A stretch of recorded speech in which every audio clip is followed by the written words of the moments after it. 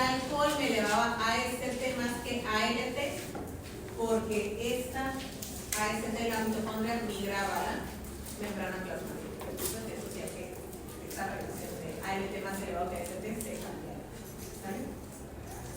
ALT es citoplasmática, de hecho aquí la ven en color rojo.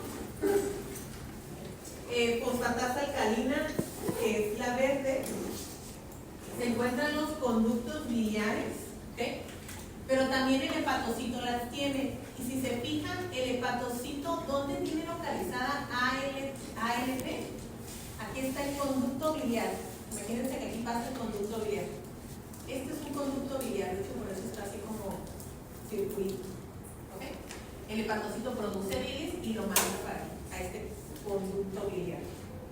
ALT, ¿dónde se encuentra? Se tiene que estar al lado de la membrana hacia el conducto biliar. Por eso, aunque el hepatocito tiene ALP y una hepatitis se puede elevar a ALP, se lo eleva más la colestasis, porque como producto están acelerados los conductos biliares. ¿Okay?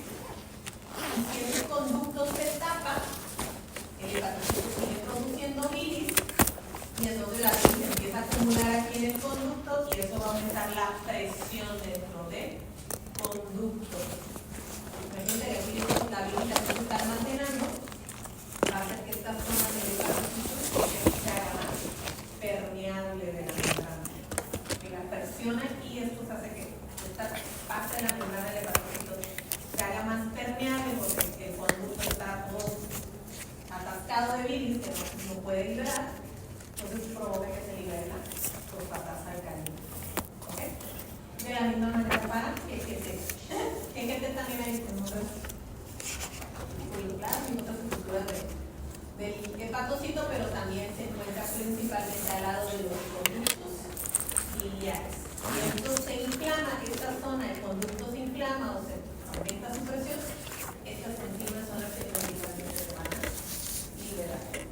Están hacia el lado del conducto. Muy bien. ¿Okay? Y por ejemplo, ¿cuál es la diferencia entre el AST mitocondrial y citoplasmático? De hecho, es exactamente el mismo, nada más que el mitocondrial, o sea, hace la misma función, tiene lo mismo. Nada más que el mitocondrial, recuerden que si la membrana plasmática se pierde, ¿medimos el mitocondrial? No, porque está dentro de la cosa, está en la mitocondria. ¿Ok? Este no vamos a medir. Profe, tengo una pregunta. El EGT está al lado del conducto y ¿qué es lo que está? Estas son vacuolas o de la célula, también hay en otras partes de organelos dentro de hepatocito. Es lo único que trata de similar, ¿no? Pero les pongo esta imagen como para que les dé un poquito más la visión de por qué AST y ALT se elevan más por daño hepático y por qué GGT y fosfatasa alcalina más por colestasis. También tiene que ver dónde se localizan dentro del hepatocito. ¿Okay? En una colestasis no necesariamente se muere el hepatocito, pero de este lado de la membrana del hepatocito, eres un hepatocito y acá te está acumulando la bilis, pues de este lado de la membrana tienes aquí como aumento de permeabilidad, inflamación. ¿Okay? Desde esa zona se empiezan a liberar estas enzimas. ¿Okay? Si la colestasis permanece, sí puede llegar a matar el hepatocito. Si la presión dentro de los conductos se empieza a almacenar a tal grado. ¿Okay? Muy bien. Entonces, esto vamos a aplicarlo a un paciente, porque no se los voy a evaluar así, se los voy a evaluar así. Esto está sencillo. Entonces, tú tienes un paciente hombre, ¿okay? 30 años, está oxidado, bastante joven. Los 30 son los adultos. Tienen síntomas, y desde ahorita les digo, todos esos síntomas son característicos cuando hay daño en el hígado. Fiebre intensa, fatiga intensa. Acuérdense que el hígado es el órgano que nos desintoxica. Entonces, si el hígado está siendo dañado o atacado, todos esos acumulos de tóxicos y aparte es un órgano metabólico, también ayuda a producir lipoproteínas, saca glucosa cuando estamos en ayuno.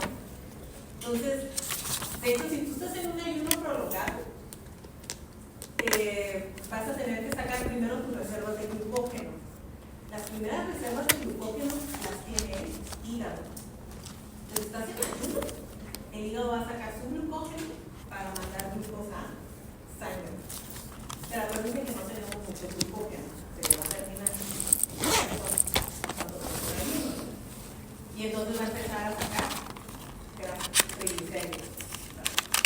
Entonces, si el hígado está fallando, pues sí, fatiga va a ser uno de los principales síntomas. ¿Ok? Tanto que traemos fiebre intensa, fiebre baja, hay que ver causa, pero yo les digo que tiene el paciente, pues con infección, ahí viene la fiebre. Náuseas, también les había comentado, cuando el cuerpo se empieza a intoxicar, véanlo con el alcohol, uno de los reflejos del cuerpo es vómito, náuseas. ¿Okay? El hígado es el que nos desintoxica la sangre, ¿qué te comiste? También produce urea, o sea, manda compuestos a la bilis, es otra forma de desechar elementos del cuerpo a través de la bilis. Tú puedes eliminar compuestos por la bilis o puedes eliminar compuestos del cuerpo por el riñón. Estos son tus dos vías principales de eliminación. Uno se va por este y otro se va por el riñón. Entonces, ojo, también piensen en el hígado como un cuerpo que elimina desechos y tóxicos a través de las heces. ¿Okay? Orina oscura es, si ustedes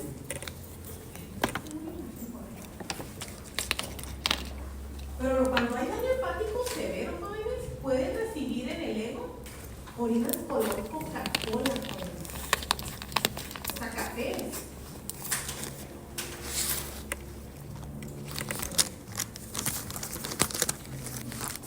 Así. ¿Ok?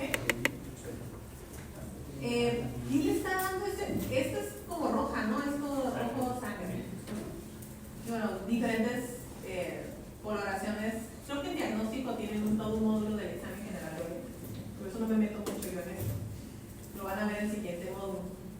Pero bueno, el amarillo va a depender ahí también del grado de hidratación, desde el grado de hidratación del paciente. No es una orina concentrada o una orina diluida. Amarillo, rojo, pues sangre, ¿no? Nada más que ojo con la sangre de la mujer, porque no vaya a ser que la mujer esté en su periodo y de ahí provenga la sangre. ¿Ok? Pues la mujer luego hay tener un poquito más de cuidado cuando la mujer está en su ciclo menstrual, ¿no? Pero también hay colores de orina café. ¿Sí? Ese café que le está dando ese color, la bilirrubina oxidada, será, es café. Si tú eres una vida reactiva, te va a dar la bilirrubina tal como. ¿Ok? ¿La bilirrubina de qué color es? Es amarilla, ¿no? Pero cuando se oxida, genera un color así café. Porque está oxidada en la orina, por eso se da ese color. Si usted recibes una orina así, te va a dar no hay en el hígado. Entonces, nada más con verla. ¿Ok? Ya después te haces el análisis, ¿no? Entonces, lo menciono para entonces, orinas color oscuras y cafés. Ictericia leve, o sea, tiene mucosas o piel amarillos. El siguiente módulo que vamos a ver va a ser bilirrubina. Ahí también les comento. Hay un equipo que te puede ver la coloración amarilla en la piel. ¿Sí? Lo utilizan muchos recién nacidos para ver las coloraciones. Y lo amarillo va a depender mucho también del color de piel del paciente. En pieles más claras es más sensible poder ver el color amarillo en piel. Pieles más oscuras pues un poquito más complicado. Por eso nos basamos mucho en lo blanco del ojo, que se llama esclerótica. ¿Sí? Ahí puedes ver también el ¿sale? Pero si te fijas en ver el análisis que tiene, pues, híjole, orina oscura amarillo. De hecho, cuando, no sé si han visto un paciente histérico. ¿Nunca nadie ha visto un paciente? No sé quién otro. La primera vez que los ves, yo estoy trabajando en medicina interna y están varios pacientes con problemas hepáticos. Ya cuando tienen un problema muy severo, amarillo es donde se le ven los ojos, así amarillo canario. De hecho, te impacta por ver ojos amarillos. Entonces habla también de los. En este caso, estos pacientes tenían hepatitis viral, pues ahí también el ojo con la toma de la muestra. ¿Sí? Bueno, y vamos a ver ciertos parámetros, ¿no? ALT, pues está bastante elevada, ¿no? Vienen en los valores de referencia. 900 unidades por litro. AST 720 unidades por litro. EGT está ligeramente aumentado. FA también se le alcalina. ¿Ok? Pues está normal. Fosfatas alcalinas sale normal.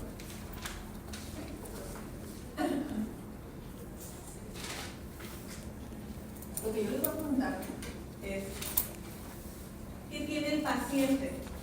¿Hay daño hepatocelular, o sea, muerte de hepatocitos o, como le conocemos, hepatitis? ¿Tiene hepatitis? ¿Tiene colestasis? Porque puede ser que tenga colestasis sin hepatitis. Puede ser que tenga hepatitis con colestasis, ¿ok? O tiene ambas. ¿Sí? ¿Tiene hepatitis? ¿Tiene colestasis? ¿O tiene ambas? Bueno, hay tres opciones. ¿Qué tiene el paciente? ¿Tiene hepatitis? ¿Muerte de hepatocitos? ¿Daño en hígado? ¿Daño hepatocelular? Sí, ¿por qué? Porque luego, si me ponen sí, ahí vamos bien, pero para que se las pongan correctas me tienen que justificar la respuesta. ¿Por qué? Porque ALT y AST están muy elevados. Clínicamente justifícame, ¿sí? Ojo, porque es que no sé por qué me dejaste en blanco. ¿Sí o no? Pues el chavito tiene una moneda del 50%. Justifícame tu respuesta. Y la justificación la quiero con los datos clínicos que tenemos. ¿Tiene daño hepatocelular? Sí. ¿Por qué? ¿Cuáles son mis enzimas que hablan si hay daño en hígado? Daño hepatocelular, hepatitis. ALT, AST, ¿y cómo las tiene mi paciente? Con los cielos, ¿sí? Las tiene bastante elevadas. ¿Okay? De hecho, si dice más del 10 veces más, no es tan así, porque yo les he puesto casos clínicos y veo que multiplican por 10 para ver si les da. La clínica no es así tan estructurada. ¿Okay? Va a tener un tipo de paciente, muchas cosas. Pero, pues yo aquí estoy viendo que lo tiene más de 10 veces el valor de referencia, pues sí tiene hepatitis. ¿Okay? Y otra cosa importante, ¿cómo sé que es del hígado? Porque ALT está más elevada que AST. Ya dijimos, el hígado es el único órgano que me puede elevar más ALT que AST. No hay otro órgano en el cuerpo que produzca tanto ALT como para elevar la AST. ¿Sí? O que me pueda elevar más ALT que AST. Todos los demás órganos tienen más AST que ALT. ¿Ok? Si ustedes ven ese patrón, el daño ese patrón. No hay que otra. ¿Ok? Perfecto. ¿Tiene colestasis? ¿Por qué? Porque te llega tan elevado. ¿Qué te está elevada? Un poco de Sí. Y también es de daño de colestasis, ¿no? Va a depender de qué tanto está bloqueado. Pero, ¿cuál es otro que también si hay colestasis debe estar elevado? Fosfatasa alcalina. Que de hecho es muy sensible para colestasis. Fosfatasa alcalina es más sensible que este. ¿Y la tengo elevada? No. Al menos este día que le tomaron la prueba, no. ¿Ok? Porque acuérdense que una hepatitis, si continúa el daño y no se recupera, puede generar colestasis. Ojo con eso. Yo te puedo poner un caso clínico que me dice una guía que no tenía colestasis y a lo mejor a la semana o 2 semanas el paciente no se recupera y a lo mejor esa muerte de hepatocitos y esa cicatrización me está ahora sí produciendo una colestasis. ¿Ok? O sea, los pacientes pueden ir evolucionando, por eso también los médicos piden pruebas cada cierto tiempo. ¿Vale? Entonces, si yo tuviera que poner, pondría que es hepatitis. ¿Ok? Vamos a ver la justificación. ¿Por qué GGT, si no tiene colestasis, por qué GGT sale elevado ligeramente? porque también está en otras zonas del. ¿Dónde también la tengo? Es lo que me hace. Sí. Pues también está en el hepatocito, ¿no? De hecho, su compañera nos acaba de preguntar, ¿no? Se eleva con colestasis principalmente, sí, pero también está intracelularmente en otras estructuras. De hecho, en hepatitis, GGT se va a elevar más que fosfatasa alcalina.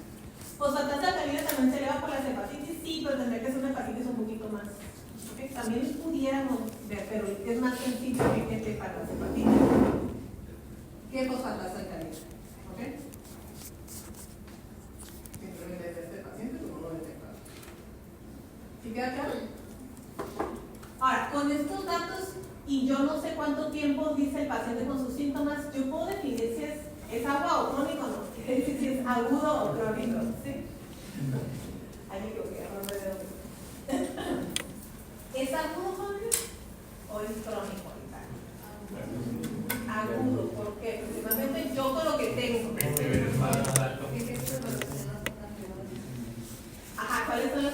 ALT, AST. Sí, están muy elevadas y ya dijimos que estas dos son enzimas de un daño reciente, al menos con los datos que yo tengo aquí.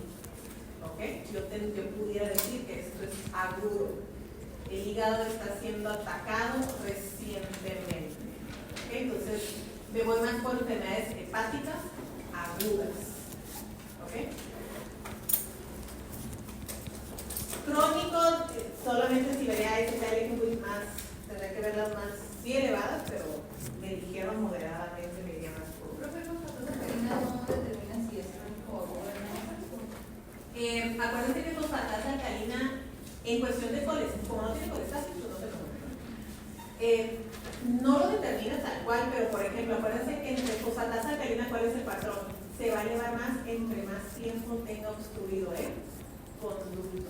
Entonces, en estados crónicos, no sé, yo te puedo poner un caso clínico que el día 1 fosfatasa alcalina está elevada, pero en el día 5 fosfatasa alcalina subió, que está todavía ahora más elevado que en el día 1. ¿Qué te está diciendo eso? ¿Se mejoró la colestasis? No. Y a lo mejor la obstrucción está aumentando. ¿Qué es lo que puse sus otros compañeros? Está parcialmente obstruido el conducto, está totalmente. Pero un paciente de aquí puede pasar acá. Un paciente con una piedra, a lo mejor una piedra aquí se atoró. Pero a los 3 días hubo otra piedra y acá se puso. Y ahora sí ya bloqueó completamente el conducto. Me va a aumentar más la concentración alcalina. O esto puede ser una pancreatitis, se está inflamando el páncreas y aquí me está bloqueando el conducto, pero todavía deja pasar algo de bilis. Continúan las semanas y la pancreatitis sigue avanzando y ahora sí me tapa todo el conducto. ¿Ok? Ahí voy a empezar a ver cosas más alcalinas. ¿Sí que acá? No es crónico como tal, pero sí habla de grado. Muy bien. Entonces es agudo, ¿no? Ya si le queremos dar la interpretación así bonita, ¿ok? ALT y AST están muy elevadas, con ALT más elevada que AST. Eso me habla que es un patrón de paso celular. Y es agudo por el grado de elevación, o sea, están muy elevadas. ¿Ok? A mí me está diciendo que este paciente hace 2, 3 días el hígado, o ese día los hepatocitos le están muriendo. ¿Ok? GGT y fosfatasa alcalina, unas están normales o solo ligeramente elevadas, por lo tanto no hay colestasis significativa, porque si fuera significativa yo necesitaría ver las 2 elevadas. Okay. Y cuadro clínico más patrón enzimático, pues es una hepatitis aguda. Como es una hepatitis aguda, pues probablemente podemos sugerir, habría que hacer la prueba, si no tiene una hepatitis A o una hepatitis B. La C es crónica, así que esa es la lista. Como tiene fiebre, tiene bilirrubina, y aparte la edad, ¿no? Tiene 30 años. Como que antes los pacientes con cirrosis hepática o enfermedades un poquito como alcoholismo, algo, son pacientes un poco de edad más avanzada, ¿no? Pero está joven todavía para 30 años. Fue una infección. Si no me recuerdo, creo que tiene hepatitis A. O sea, tiene una infección viral. ¿Ok? Sí queda claro el patrón y la información clínica que le está dando al médico. ¿Ok? Muy bien. Vámonos ahora con los otros 2. Nos faltan 3, ¿no? Voy a dejar bilirrubina. No está difícil interpretar bilirrubina, pero sí hay muchas cosas que hay más cosas que memorizar. Sí. Ok, hasta aquí yo les había dicho, hemos visto enzimas plasmáticas que se elevan por daño en los órganos, no muerte de las células. Pero no me dicen nada de la función hepática. Sí, que entre más elevadas y más tiempo me está dando que el hígado está haciendo mal, hay mayor daño y eso puede estar perdiendo función el hígado. Sí, lo podemos sugerir, pero no lo estoy midiendo. ¿Ok? Y para serles sinceros, no hay una prueba de función hepática concreta. Si tú quieres hacer una prueba de función de un órgano, tienes que medirle una función. He mido al hígado para ver si está funcionando. sé si me pongo a explicar.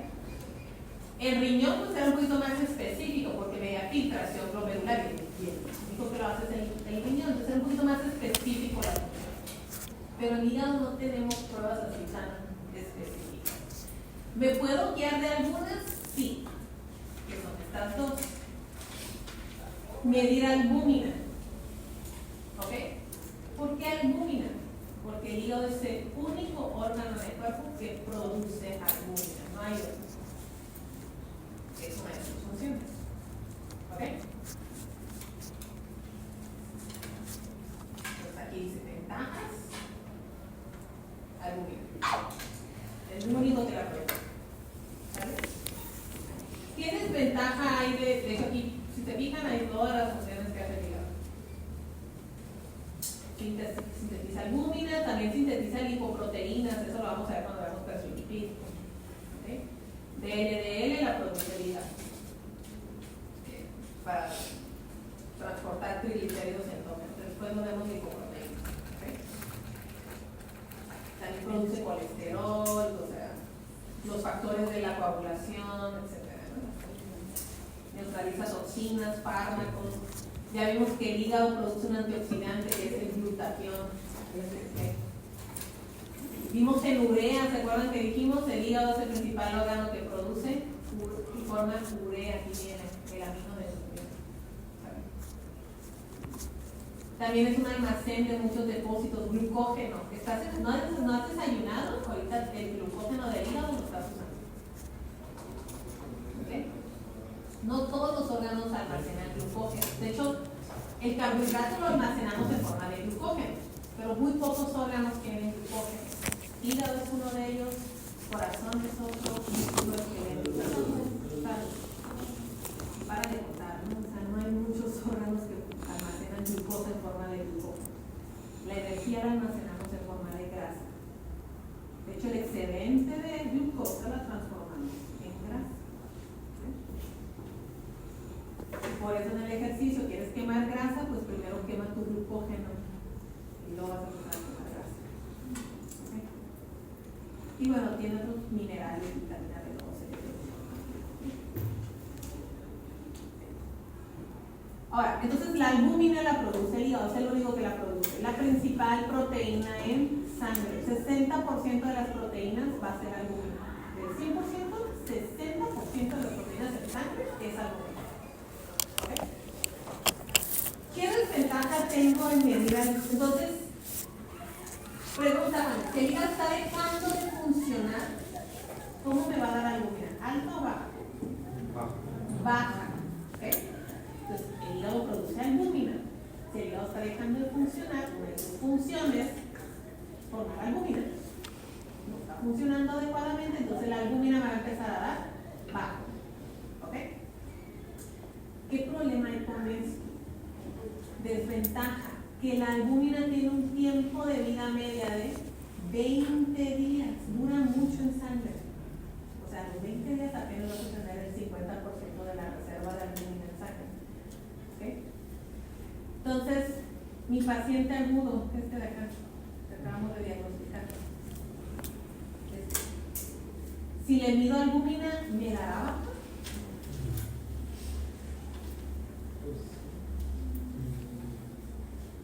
Depende de cuántos días.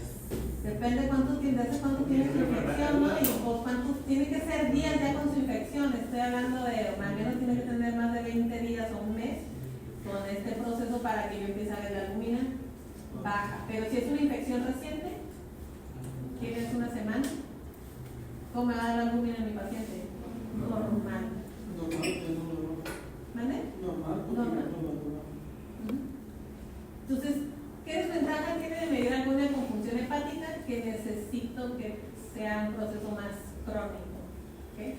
No me va a decir recientemente ha perdido función el hígado, no. Con albúmina no lo voy a ver.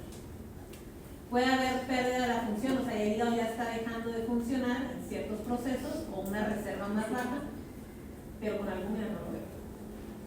La albúmina está, porque dura mucho en circulación sanguínea. ¿Ok? Entonces, ojo con el cuello. La otra prueba de función hepática que también es muy inespecífica, es medir tiempo de protrombina, o sea, el tiempo, no es, que forma parte de las pruebas de los tiempos de coagulación. ¿Ok? El tiempo que tarda en producirse esta proteína para iniciar el proceso de coagulación, que es la protrombina. ¿Ok? De hecho, viene protrombina porque al final voy a formar un trombo. ¿Ok? El hígado es un órgano muy importante que participa en la coagulación del cuerpo. ¿Por qué? Porque es el único órgano que produce ciertos factores de la coagulación. Aquí están, dependientes de la vitamina K, el 2, el 7, el 9 y el 10. Estos son factores de la coagulación. Son elementos que ocupamos para que se lleve a cabo la coagulación. Ocupamos varios. El hígado produce algunos de ellos. ¿Okay? Entonces, si el hígado está dejando de funcionar, ¿cómo te va a dar el tiempo de protrombina o tiempos de coagulación? ¿Te va a dar más tiempo en coagular o menos tiempo en coagular? Más tiempo. Vas a tardar más en formar el trombo, en este caso la prueba que es protrombina. La prueba habla de 12 a 15 segundos, inclusive un poquito menos. Entonces te va a dar 17, 18 segundos, ¿ok? 20 segundos. ¿Qué me está diciendo? Que tengo pocos factores de coagulación de estos, el 2, el 7, el 9. Como hay poquitos, pues tarda más en que se forme el coágulo. ¿Sí queda claro? Entonces, ventaja, el hígado es el único que produce estos factores de la coagulación. Y otra ventaja es que esta prueba sí se va a alterar al día que el hígado perdió función, está perdiendo función. Porque hay factores de coagulación que duran horas. El factor 7 tiene una vida media de 4 a 6 horas. ¿Okay? Entonces, si el hígado está perdiendo función un lunes, para el martes o miércoles tú ya ves el tiempo de protrombina alterado. ¿Ok? Este sí. ¿Qué desventaja es de medir el tiempo de protrombina? ¿Para qué también medimos tiempos de protrombina? Para una cirugía. Que antes, cualquier paciente que entra a cirugía te van a pedir tiempos de coagulación. ¿Por qué? Pues, por ejemplo, si se llega Para ver si ¿Qué van a hacer en una cirugía? Van a cortar vasos sanguíneos. Y lo último que quiere el médico, el cirujano, es interesante su paciente en la cirugía. Inclusive, si ustedes tienen pacientes que han entrado a cirugía, si los tiempos de coagulación no son óptimos, les atrasan la cirugía. Ningún médico siempre se va a estar arriesgando a eso. O también si tienen anemia. También les llegan luego a atrasarlos. Es que aumenta tu hemoglobina o porque va a haber pérdida de sangre. ¿Okay? Entonces, hasta algo que cuidan mucho los cirujanos. Entonces, ojo, entonces tiempos de coagulación se miden para muchos factores. También lo puede alterar muchas cosas. ¿Sí? Hay pacientes que tienen deficiencias nutricionales o hay pacientes que están tomando algún tipo de anticoagulante. Hay gente que se toma una aspirina al día. ¿Vale? Y pues cualquier cosa que me altere la coagulación también me va a alterar esta prueba. Entonces hay que tomar en cuenta, tiene tiempo de protrombina alargado. Ya tiene pérdida de la función hepática. Espérame. No hay otra causa que me la pueda alterar. No está tomando anticoagulantes, no tiene un problema de coagulación, de cicatrización. Hay que tomar en cuenta las otras causas, porque no es exclusiva para el hígado. ¿Sí queda clara esa parte? Bueno. Entonces, cualquiera de las dos, albúmina y tiempo de protrombina, valores anormales, nos dice que existe una reserva funcional baja. El hígado ya le está batallando para llevar a cabo sus funciones. ¿Son inespecíficas las pruebas? Sí. Pero no tenemos lo que tenemos en el aquí. ¿Ok? Muy bien. Y bueno, nada más aprovechando ya que hablé de albúmina, de una vez les pongo la prueba de proteínas totales, porque albúmina no se mide sola. Siempre generalmente se va a medir con proteínas totales. Mides proteínas totales y mides albúmina. La vas a medir con quitas. La relación AG, que es un cálculo entre proteína y albúmina, no lo de relación AG. ¿Pero qué más? Para ver cuál es la causa del desfase de albúmina con proteína totales. De hecho, creo que no lo traigo en esta presentación, pero sí se lo puedo dar. Pero sí te da una relación, que es que ahorita vamos a ver. Puedes tener situaciones en las que las dos te salen alteradas o situaciones en las que nada más una de las dos te va a salir alterada. Entonces te da un poquito más de información de la causa de la alteración de las proteínas totales con el ¿sí? Ahorita que hemos estado más o menos, vamos a ver si podemos ver las cosas. ¿Okay? Proteínas totales. Entonces, si ustedes escuchan la palabra proteínas totales, ¿qué me están midiendo la prueba? Todas las proteínas que hay en sangre. Todas, totales. ¿Ok? ¿Cuáles son todas estas proteínas? Pues aquí les pongo nada más un ejemplo, ¿no? Apoproteínas, después las vamos a ver, que forman parte de las lipoproteínas, que transportan grasas en sangre. Transferrina, que transporta hierro. Tenemos proteínas de defensa, los anticuerpos son proteínas. ¿Okay? Factores de complemento, proteína C reactiva, proteína de inflamación. Albúmina, ¿okay? Su función, pues, si quiero albúmina en sangre, me ayuda a mantener algo que se llama la presión oncótica. Si ustedes escuchan presión oncótica, es la presión que es generada por las proteínas en los capilares. No sé si fue con ustedes o fue con el otro grupo. Entonces, sí fue con ustedes. A ustedes les puse un dibujo que les dije, al final del capilar el agua tiene que regresar. Sí. Sí, ¿no? O sea, ¿para qué quiero la presión oncótica? ¿Qué es la presión oncótica? Es la presión generada por las proteínas en sangre que permite el retorno del agua del tejido. ¿Quieren ponerlo así muy sencillo? ¿Okay? Es la presión que me va a regresar el agua al capilar. ¿Okay?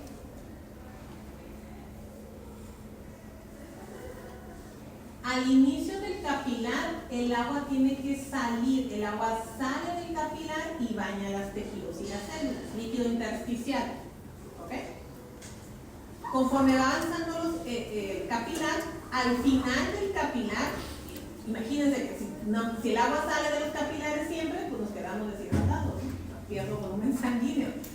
Al final del capilar, esta agua que está bañando las células y llevó nutrientes y demás, tiene que regresar al capilar. El agua que sale del capilar tiene que regresar al capilar.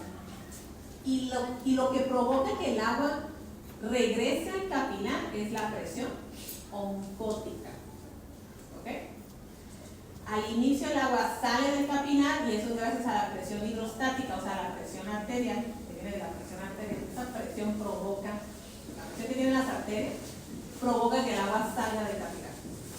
Al final del capilar, lo que provoca que el agua regrese a la sangre es la presión oncótica. Entonces es una presión importante, nos ayuda a mantener nuestro volumen sanguíneo. ¿Okay? ¿Qué pasa si el agua no regresa adecuadamente al capilar? ¿Qué pasaría en esos pacientes? Se acumularía el agua en los... ¿Dónde se acumularía el agua? En el tejido, ¿no? ¿Y cómo le llamo eso? Edema. Al paciente le daría edema. ¿Okay? Al inicio del capilar, ¿qué presión les dije que saca el agua? La presión hidrostática, presión arterial. Al inicio del capilar, como hay mucha presión que viene de la arteria, la presión arterial provoca que el agua salga del capilar, ¿no? Es igual como le abres un grifo y le pones una manguera con hoyos, pues el agua va a salir por los hoyos, ¿no? Por la presión que trae el agua. Igual, tus venas o mangueras, la presión arterial provoca que el agua salga del capilar. ¿Han escuchado que los hipertensos se le inflaman los pies? ¿Por qué? Porque acumulado en... Como tiene la presión más elevada, provoca que el agua salga más hacia los tejidos. Y pues se le ve más en las piernas porque es más difícil el retorno venoso. Luego los hipertensos sufren edema en piernas, en ciertos órganos, porque tienen aumentada la presión, se les provoca más edema. ¿Okay? Bueno, eso nada más era para identificar la presión oncótica, que es importante para mantener el agua en los capilares, los vasos sanguíneos. ¿Okay? Tenemos inhibidores de proteasas. ¿Alguien sabe qué es una proteasa? Eso el mismo nombre lo dice, proteasa. ¿Qué hace una proteasa? ¿Destruye qué? Proteínas. Una proteasa destruye proteínas. ¿Okay? El sistema inmunológico, cuando se activa una natural killer, tú estás llamando inmuno, ¿no? ¿Cómo matas a un parásito? ¿Lo puedes? Hay parásitos chiquitos, hay parásitos que son lombrices, ¿no? O sea, ¿se puede macrófago deglutar el parásito completo? No, está demasiado grande, entonces ¿cómo lo van a matar? Señalizan las proteínas, son las señalizaciones de las proteínas. Pero, por ejemplo, una larva, ¿cómo la matas? Está muy enorme. Si es una bacteria, pues el macrófago puede llegar y detectarla, ¿no? O le pones anticuerpos pero si está grande. Sería para degradar proteínas de la... Las células inmunológicas, algunas de ellas liberan citotóxicos, además, liberan sustancias tóxicas para que el parásito. También se puede hacer con microorganismos más pequeños, ¿no? Uso el ejemplo para nada más que sea más. Sí, es cierto, una bacteria la puedo fagocitar y listo, ¿no? Pero algo más grande, liberan sustancias tóxicas. Entre ellos liberan proteasas. Los neutrófilos liberan proteasas. Y los microorganismos también tienen proteínas en sus estructuras. Van degradando el microorganismo. ¿Ok? El problema, cuando los neutrófilos liberan proteasas, es que esas proteasas también a quién pueden atacar. Pues a nosotros, exacto. También estamos hechos de proteínas, nuestras membranas. ¿Ok? Entonces, hay muchos de estos neutrófilos, por ejemplo, en el sistema pulmonar. Pues que tanto cochinero no respiramos. ¿Okay? Respiramos bacterias, parte de todo, virus, de lo que caiga, ¿no? Entonces, hay muchos neutrófilos en los alveolos, en el sistema pulmonar que están cuidándonos de todos estos microorganismos. Ahora, el cuerpo tiene algo para protegerse de sus propias proteasas, de su propio sistema inmunológico. Y esto se llama una proteína alfa-1 antitripsina. También la llegan a medir en el laboratorio clínico. En este módulo, en este curso no lo veo por tiempo. Pero alfa-1 antitripsina también se mide en el laboratorio clínico. ¿Sí? Es un inhibidor de proteasas, de hecho dice inhibidores de proteasas. ¿Sí? Nos protegen de nuestras propias proteasas que liberan el sistema inmunológico. Y la ocupamos, porque ¿qué pasa si esa proteína no funciona? ¿Qué van a pasar con estas proteasas que está activando el sistema inmunológico? Van a degradar proteínas propias. ¿Okay? Y ojo, hay pacientes que tienen mutada la alfa-1 antitripsina o no funciona bien. ¿Y qué pasa si empieza a degradar tejido pulmonar? ¿Qué le va a dar al paciente? No, además acumulación de líquido. Aparte. ¿Cómo se llama cuando se inflama o hay daño en alveolos? Se puede dar hipo o le puede dar enfisema pulmonar. ¿Okay? Enfisema pulmonar es inflamación de los alveolos. ¿Okay? ¿Cuál es la principal causa de enfisema pulmonar? El tabaquismo. Pero hay pacientes que nunca en su vida han fumado un cigarro y tienen enfisema pulmonar. Y alguna de las causas es porque su proteína alfa-1 antitripsina no funciona. Como no funciona adecuadamente o está mutada, pues el sistema inmunológico está atacando sus propios alveolos. Esas proteasas que está liberando están con los años, los adultos jóvenes, 20, 30, van al médico por problemas pulmonares y resulta que tienen una mutación. Por eso les digo que también la miden en el laboratorio para pacientes que tienen cuestiones pulmonares. ¿Sabes? Hay enzimas que también son proteínas, la renina, factores de coagulación, proteínas de complemento, enzimas plasmáticas, ya lo hemos visto, ¿no? También las proteínas en sangre ayudan a amortiguar el pH. Acuérdense que tienen un grupo amino y un grupo carboxilo. ¿Okay? Los pueden utilizar para secuestrar hidrógenos. Reserva circulante de aminoácidos. ¿Por qué creen que la ALT y la AST duran un poquito en sangre? Órale, si un órgano las ocupa, 20 proteínas para acá. ¿Ok? Y reciclan sus aminoácidos. Y hemostasia, ¿no? Que es la coagulación. Los factores de coagulación son proteínas, fibrinos, etc. Muy bien. Entonces vamos a medir. La presión oncológica, porque se hace énfasis en la albúmina. Porque es la principal proteína, porque el 60% de las proteínas se encuentran por eso. Por eso les puse todas, en especial la albúmina, porque 60% de las proteínas van a ser de las totales. ¿Vale? Entonces, jóvenes, si se fijan, entonces yo voy a medir proteínas totales y voy a medir albúmina. ¿Ok? Va a haber condiciones en que yo puedo ver alteradas ambas a la vez. Si es algo fisiológico general, las dos se me van a ir o alto o bajo. ¿Okay? Si es algo que afecta todas las proteínas, incluyendo la albúmina. Si el paciente tiene una deshidratación, ¿qué puede pasar con las proteínas totales? ¿Suben o bajan? Suben. Entonces, proteínas totales muy elevado por hemoconcentración y falta de agua. ¿Y la albúmina? ¿Subiría o bajaba? Si tu paciente está deshidratado. Pues también sube, ¿no? Porque la deshidratación afecta menor volumen de líquido, me afecta todas las proteínas y también incluyendo la albúmina. ¿Ok? Perfecto. Pero ¿qué tal si tienes un paciente, más como un ejemplo, que tiene una leucemia, un tumor en linfocitos B? Tiene un tumor en linfocitos B, o sea, produce muchos linfocitos B, y los linfocitos B que me producen también mucho anticuerpos. Eso es un tipo de cáncer que se llama mieloma múltiple. ¿Okay? Entonces va a tener muchos anticuerpos en sangre, porque tiene un cáncer que se llama mieloma múltiple, tiene muchos linfocitos B.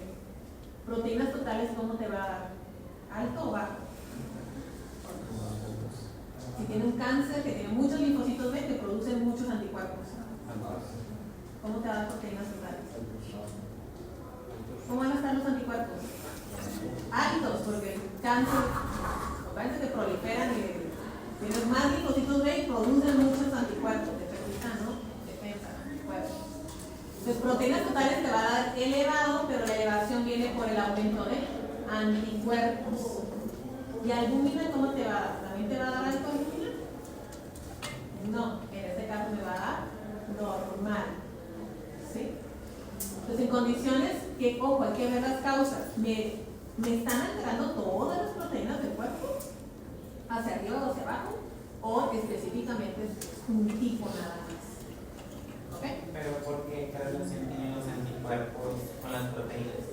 Porque como estás midiendo todas las proteínas, estoy midiendo todas estas que van a estar normales, pero lo que me va a hacer que me eleve proteínas totales es el aumento de anticuerpos en sangre.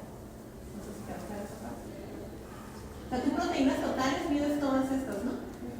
Pero como mi paciente tiene un tumor que produce muchos anticuerpos, ese aumento en anticuerpos me va a aumentar proteínas totales. Entonces, la elevación de proteínas totales va a venir por elevación de anticuerpos en sangre. ¿Sí? ¿Albúmina me va a dar alta? No, porque la condición de mieloma múltiple eleva los anticuerpos, pero la albúmina me va a dar normal, no me altera la albúmina. No sé si más o menos queda claro. ¿Sí? Y eso es lo que voy a ver aquí. En azul tengo las causas, de hecho tengo aquí, les puse el ejemplo, ¿no? Mieloma múltiple. Me va a elevar proteínas totales, pero albúmina me la va a dejar normal. Y en disminución también. Entonces, generalmente cuando son condiciones inmunológicas, porque puede ser que sea inmunodeficiente o tiene un tumor que produce muchos anticuerpos, proteínas totales se me puede desfasar de albúmina. La albúmina puede dar normal, pero proteínas totales elevado, bajo. Y esas son las condiciones que tengo aquí en azul. Aquí tengo aumentado proteínas totales porque el paciente produce muchos anticuerpos, tiene un cáncer que se llama mieloma múltiple. Y en este lado del rojo, aquí tiene disminuido proteínas totales porque tiene una inmunodeficiencia.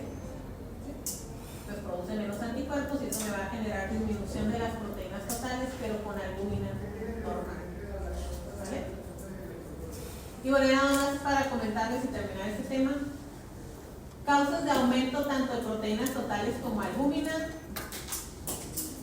aparte de las que ya les dije ahorita, que dejan mucho tiempo torniquete. Acuérdense que si dejamos mucho tiempo el torniquete, ¿qué vamos a hacer en la zona? Vamos a hemoconcentrar. Y pues ahí te van a salir las proteínas bien elevadas. ¿Vale? Pero eso es una mala práctica de laboratorio. ¿Okay? Otra causa que me aumenta proteínas totales de albúmina a la vez es pacientes con deshidratación. Menos agua, también hay una hemoconcentración. ¿Okay? Y causas que hay disminución de proteínas totales de albúmina, por ejemplo, las desnutriciones severas. Acuérdense que la primera fuente de energía es carbohidrato, lípidos, pero si mi paciente no ha comido en varios días, va a empezar a degradar proteínas. Me van a dar bajo. Y estas sí son todas, tanto proteínas totales como albúmina. ¿Ok? Y aquí lo estamos sabiendo porque también ya vimos que si el hígado no funciona, ya tiene una reserva funcional baja, albúmina va a dar baja, y eso como es el 60% de las proteínas, pues proteínas totales también lo voy a ver baja. ¿Ok? Por una hepatopatía crónica. ¿Qué más me va a disminuir proteínas totales y albúmina? Que haya aumento de agua en el cuerpo, en los vasos sanguíneos. Y esto generalmente sucede cuando el paciente tiene septicemia. ¿Alguien sabe qué es septicemia? ¿Te lleva un tiempo? ¿Septicemia? ¿Sabes qué es eso? Es una infección, pero ya la infección llegó a sangre. Es un paciente crítico, porque de sangre esa infección puede, ya está en todo el cuerpo. ¿Vale? ¿Qué pasa cuando hay una infección en los vasos sanguíneos o en cualquier tejido? Provoca inflamación. ¿Qué pasa si se te inflaman los capilares? ¿Okay? Se empieza a acumular líquido en los capilares o en los vasos sanguíneos. ¿Okay? Híjole, las septicemias son ya procesos graves en pacientes y hay que tratarlos. Entonces, esto aumenta o acumula agua por inflamación en vasos sanguíneos y eso me diluye los elementos, entonces albúmina y proteínas totales me puede dar bajo por efecto de dilución. ¿Okay? Y la otra causa que me puede dar proteínas totales ya baja en albúmina es que las estés eliminando del cuerpo. ¿Por qué las estás eliminando? Porque tienes algo en riñón. ¿Se acuerdan que los pacientes con insuficiencia renal pueden eliminar proteínas en orina? Las perdiendo, se van a dar baja. Pacientes con quemaduras o hemorragias o estados catabólicos. En estas causas, quemaduras y estados catabólicos, el paciente está metabolizando proteínas. Se está quitando el cuerpo porque está utilizando metabolizando las proteínas. ¿Ok? De hecho, ahí puede ser que la urea te dé alta por aumento del metabolismo proteico. ¿Dudas hasta aquí, jóvenes? ¿No? Muy bien. Entonces los veo mañana.